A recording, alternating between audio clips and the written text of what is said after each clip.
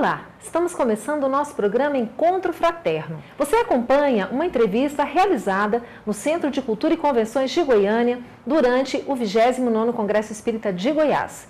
Convidados para estarem com a nossa equipe, Jacobson Santana Trovão, pelo programa Espaço Espírita, e Gabriel Salum, da Federação Espírita do Rio Grande do Sul, pelo programa Vida, Desafios e Soluções. Você é nosso convidado especial, fique conosco.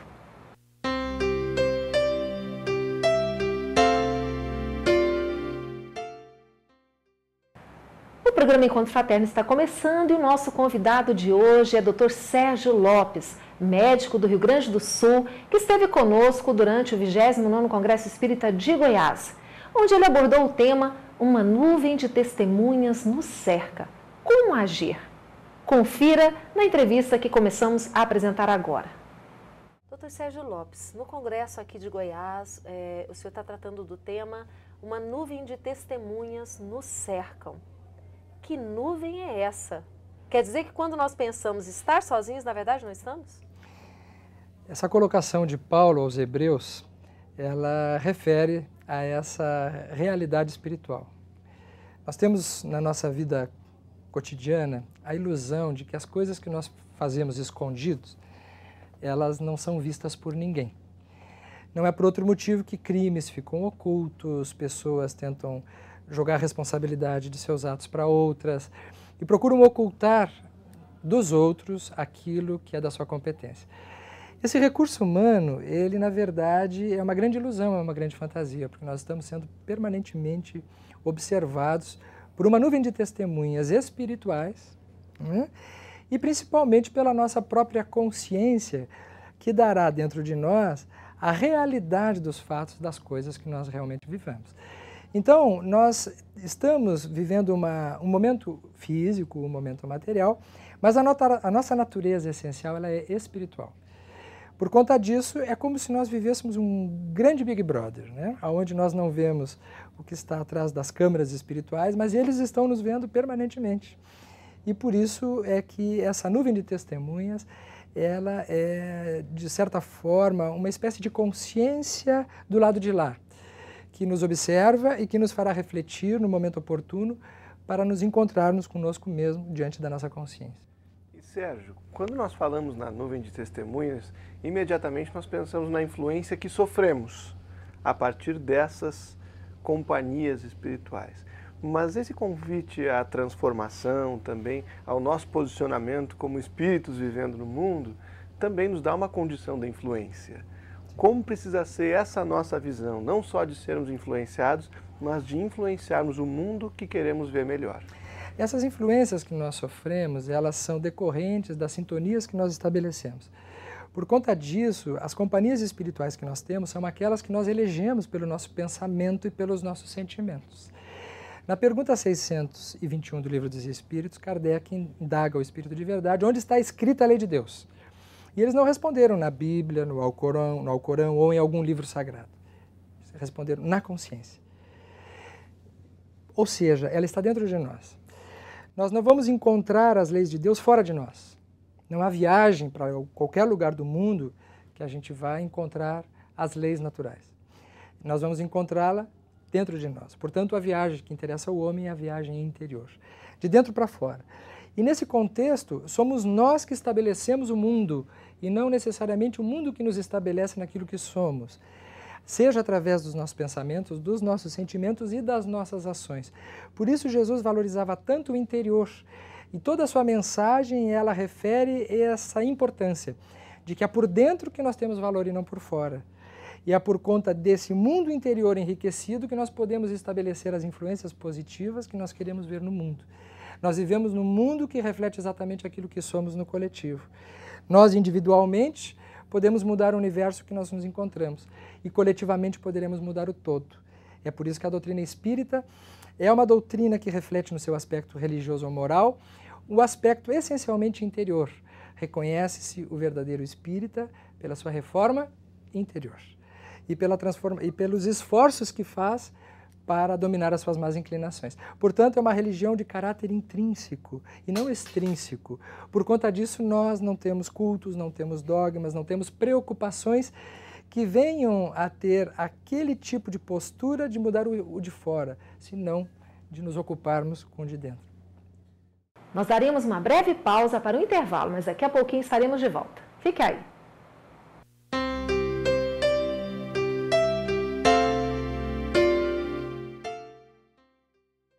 Conheça a Lefé, livraria e editora da Federação Espírita do Estado de Goiás. Menores preços, obras selecionadas, conforto e garantia. Facilidade no pagamento, entrega a domicílio. Venha tomar um cafezinho com a gente.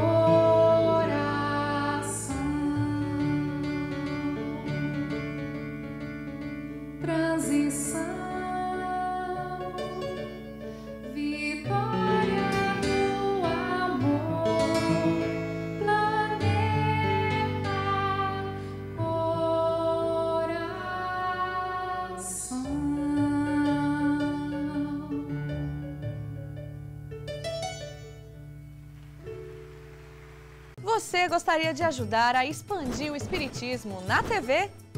Então aí vai a dica. Com apenas R$30 por mês, você se torna sócio do Clube Amigos do Espiritismo e ajuda a levar a mensagem espírita a muito mais corações. Além de contribuir com este grande desafio, você ainda ganha brindes exclusivos. Uma revista que vira pôster e 2 DVDs todo mês na sua casa, com documentários, animações e videoaulas. E tem mais, quem se associar agora ganha uma camiseta exclusiva. Então, o que está esperando? São apenas R$30 por mês. Acesse www.amigosdoespiritismo.com.br, faça o seu cadastro e participe.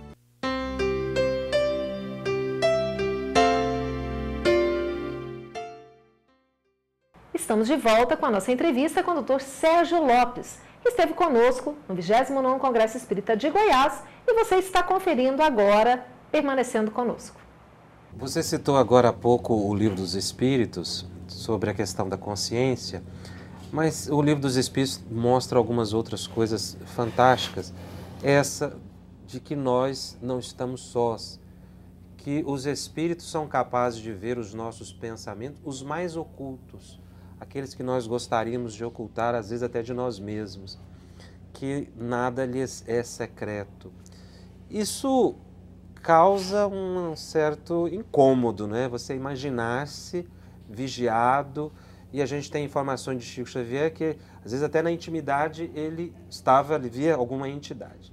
Como é que a gente deve pautar a vida da gente, considerando a realidade espiritual, de que nós não estamos sós, mesmo quando imaginamos-nos assim? Interessante citar a obra do Chico, e particularmente André Luiz. Em 3 obras, ele cita situações que nos fazem refletir sobre esse tema. Nos Mensageiros, no capítulo 4, ele conta o drama de Vicente, que foi um médico que desencarnou por conta do envolvimento que aconteceu da sua esposa com seu irmão. Ele, enquanto trabalhador, ele acabou tendo a companhia do seu irmão e ele se envolveu com a sua esposa. Os dois não quiseram assumir o relacionamento publicamente, então tramaram um assassinato dele. Foi inoculado numa ferida nasal, uma pequena colônia viral, e ele teve uma septicemia e desencarnou. Quando ele chegou no plano espiritual, ele descobre toda a verdade. Para os dois, para o seu irmão e a sua esposa, ex-esposa agora, eles haviam conseguido se livrar de um problema. Enriqueceram materialmente, se tornaram famosos e levando uma vida como muitas pessoas levam, achando que ludibriaram as leis da vida. No entanto, o Vicente, do outro plano da vida, fica sabendo do que aconteceu. Mas como ele era um espírito que já tinha condições de perdoar, ele deixou para que as consequências disso ficassem por resultado das leis divinas. No livro No Mundo Maior, também no capítulo 4, ele dedica André Luiz ao estudo do cérebro, estudando o cérebro. E ele conta um caso mais sério, que é de um rapaz que depois que atingiu a maioridade, foi cuidado por seu tutor e trabalhava junto com ele. Quando já atingiu a maioridade, ele chegou para o seu chefe, tutor, que fazia as vezes de pai, e cobrou os anos de trabalhos que ele havia tido. Esse seu tutor, que se chamava Camilo, na obra No Mundo Maior, ele negou, disse que não, que o lhe cuidou como um filho, que não iria lhe pagar nada referente ao passado, senão às custas do futuro e todos os cuidados que ele deu como pai. Se estabeleceu a contenda, os dois sozinhos num ambiente, o Pedro, o filho adotivo, que requeria os direitos sociais, assassinou então Camilo. Naquele momento ele vai até o cofre e retira uma parte da fortuna que ele julgava ser merecedor, mas cuidou de deixar o restante para não levantar suspeita sobre ele. No outro dia ele chama a polícia porque não encontra então mais o seu chefe e descobrem assassinado. É um assassinato que ficou oculto para o mundo, mas que não ficou oculto para a consciência. Do outro lado da vida, então, Camilo, tomado de ira, se gruda a Pedro. Pedro, então, leva a sua vida, ele fica rico materialmente, se casa com uma esposa de uma elevação espiritual superior e tem 5 filhos. Consegue estabelecer uma vida digna, mas nunca apagou da sua consciência o ato cometido. De tal maneira que quando ele se via à noite para dormir e ficava um pouco sozinho em silêncio, ele não conseguia parar. Então ele tinha que voltar para o laboratório e trabalhar para não ter que se ocupar da própria consciência. Quando então, chegando já a um determinado momento da vida, ele adoece gravemente sob o ponto de vista mental. Porque André Luiz diz que assim como nós temos neurônios que captam a sensibilidade exterior, nós temos neurônios que captam as impressões da consciência. E esses neurônios, captando as impressões da consciência, refletem na neurotransmissão os desajustes que vão se transformar em transtornos mentais, depressões, ansiedades. Nós daremos uma breve pausa para o intervalo, mas daqui a pouquinho estaremos de volta. Fique aí.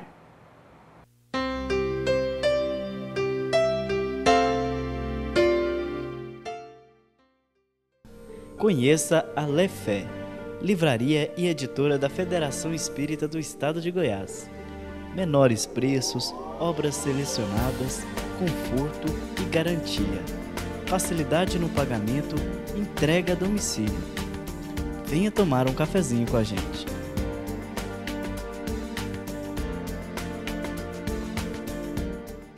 Você gostaria de ajudar a expandir o Espiritismo na TV? Então aí vai a dica. Com apenas R$30 por mês, você se torna sócio do Clube Amigos do Espiritismo e ajuda a levar a mensagem espírita a muito mais corações. Além de contribuir com este grande desafio, você ainda ganha brindes exclusivos. Uma revista que vira pôster e 2 DVDs todo mês na sua casa, com documentários, animações e videoaulas. E tem mais, quem se associar agora ganha uma camiseta exclusiva. Então, o que está esperando? São apenas R$30 por mês. Acesse www.amigosdoespiritismo.com.br, faça o seu cadastro e participe.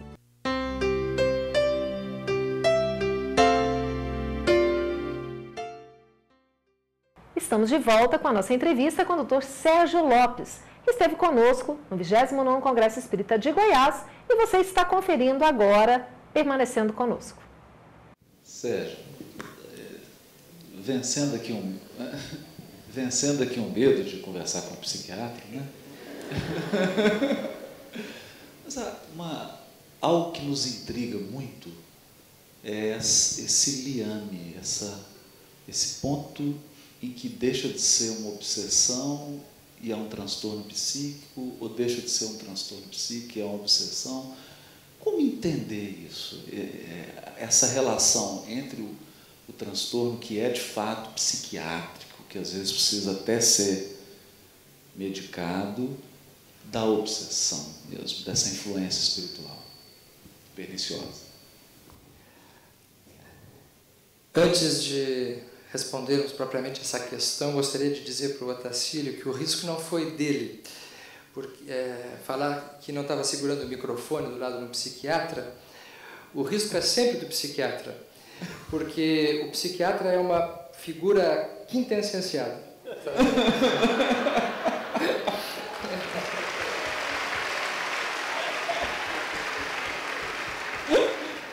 E tanto é assim que uma pequena história que pode nos dar caminho para esse ponto. A nossa companheira Beth, presidente da Federação Espírita do Rio Grande do Sul, apresentou o convite para vocês irem a Gramado agora em outubro, e eu espero ver vocês todos lá, porque vai ser muito bacana o encontro. Mas algum tempo atrás, teve um congresso de psiquiatria em Gramado. Não era um congresso espírita, era um congresso científico, um congresso grande de psiquiatria na Serra Gaúcha. E eu estava presente, como costumo participar dos congressos da especialidade, para atualização, enfim. E um colega estava apresentando um tema a respeito da origem da consciência. Só que ele é um colega da visão materialista, do paradigma materialista. E entre outras tantas coisas que ele falou, ele disse que nós somos uma ilusão. Porque, na verdade, o que existe dentro desse paradigma materialista é uma realidade celular, um conjunto de funcionamento de neurotransmissores, uma química cerebral que produz e que faz com que surja a alma. Portanto, a alma ela é uma ilusão. A nossa personalidade ela é uma ilusão, produto do funcionamento celular. E ele foi desenvolvendo uma série de evidências dentro do campo biológico, mostrando que lesões cerebrais alteravam a personalidade. E por conta disso, uma pessoa que tem uma lesão cerebral e altera a personalidade, dentro desse raciocínio estava provando então que a personalidade era o fruto das células. Utilizou-se de Francis Crick, né, que é o pai da ideia da hélice do DNA, que também diz que nós somos o arranjo das células, o produto das nossas células, e assim ele foi caminhando para, no final, abrir para perguntas. E eu fiquei bastante aliviado quando não abriu para perguntas direto para o público, porque às vezes a gente fica de calça curta, né?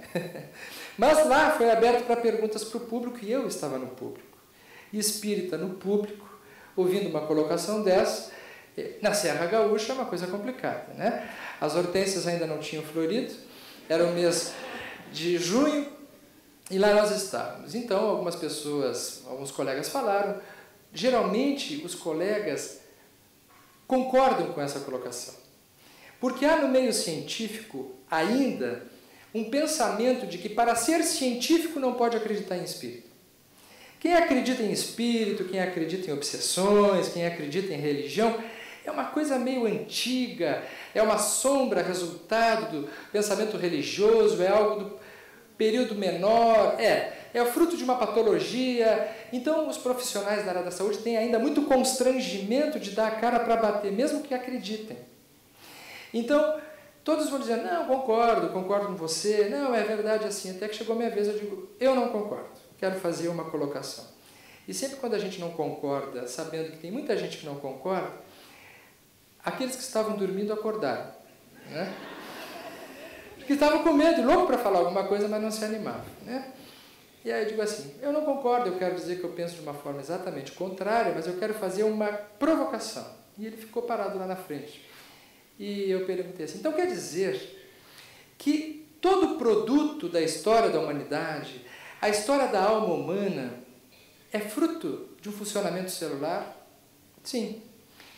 Quer dizer que toda a arte, todas as obras de arte, toda a música, Beethoven, Chopin, Mozart, Bach, Vivaldi, toda a beleza artística dos grandes pintores, da literatura, todos os romances, toda a produção do amor da história da humanidade é uma ilusão. Na verdade, isso é o resultado de um arranjo celular e toda a poesia nada mais é do que uma fantasia. Uma grande ilusão que começa no funcionamento molecular e termina com a morte.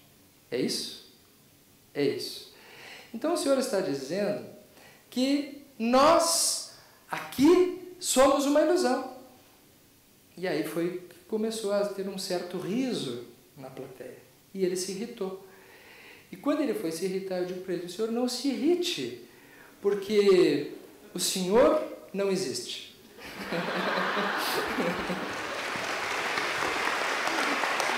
O nosso programa chega ao fim. Muito obrigada pela sua companhia de sempre. Uma ótima semana a todos. Fiquem com Deus e até semana que vem.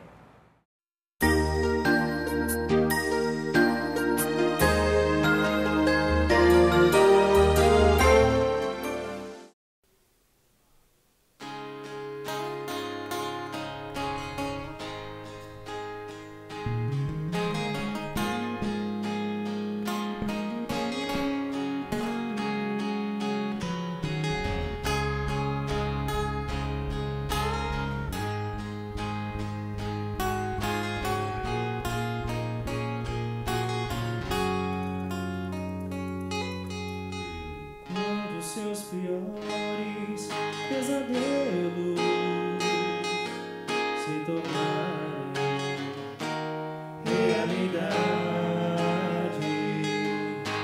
quando a esperança for a última a chamar, mesmo assim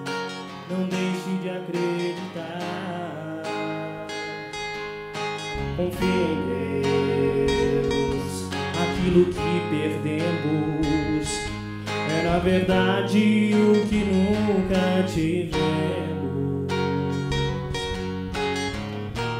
Aprendi nesta vida que o mundo não vai parar até que você conserte suas feridas. Há um mundo lá fora, se o seu coração chora. Eu sei, mas isso vai passar. É normal termos medo, a dor, mas julga a si mesmo. Desilusões vêm pra nos testar. Confie em Deus. Aquilo que perdemos é na verdade o que nunca tivemos. Aprendi nesta vida que o mundo não vai parar até que você conserte suas feridas. Há um mundo lá fora, se o seu coração chora. Eu sei, mas isso vai passar. É normal termos medo, a dor machuca a si mesmo. Desilusões vêm pra nos testar. Lá fora.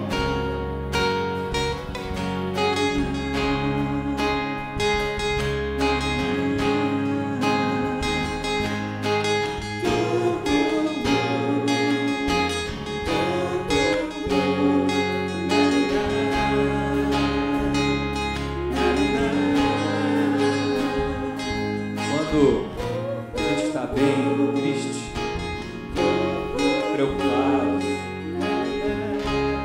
e aquele problema parece não ter fim, quem é de nós que nunca esteve nesses momentos? Momentos que muitas vezes nos falta a fé, nos falta acreditar mais um pouco, porque Jesus disse: tenha fé do tamanho de um grão de mostarda, que as montanhas se moverão da sua vida. E assim, vamos aumentar a nossa fé e acreditar que Jesus, que a espiritualidade e que nosso Pai maior está sempre conosco.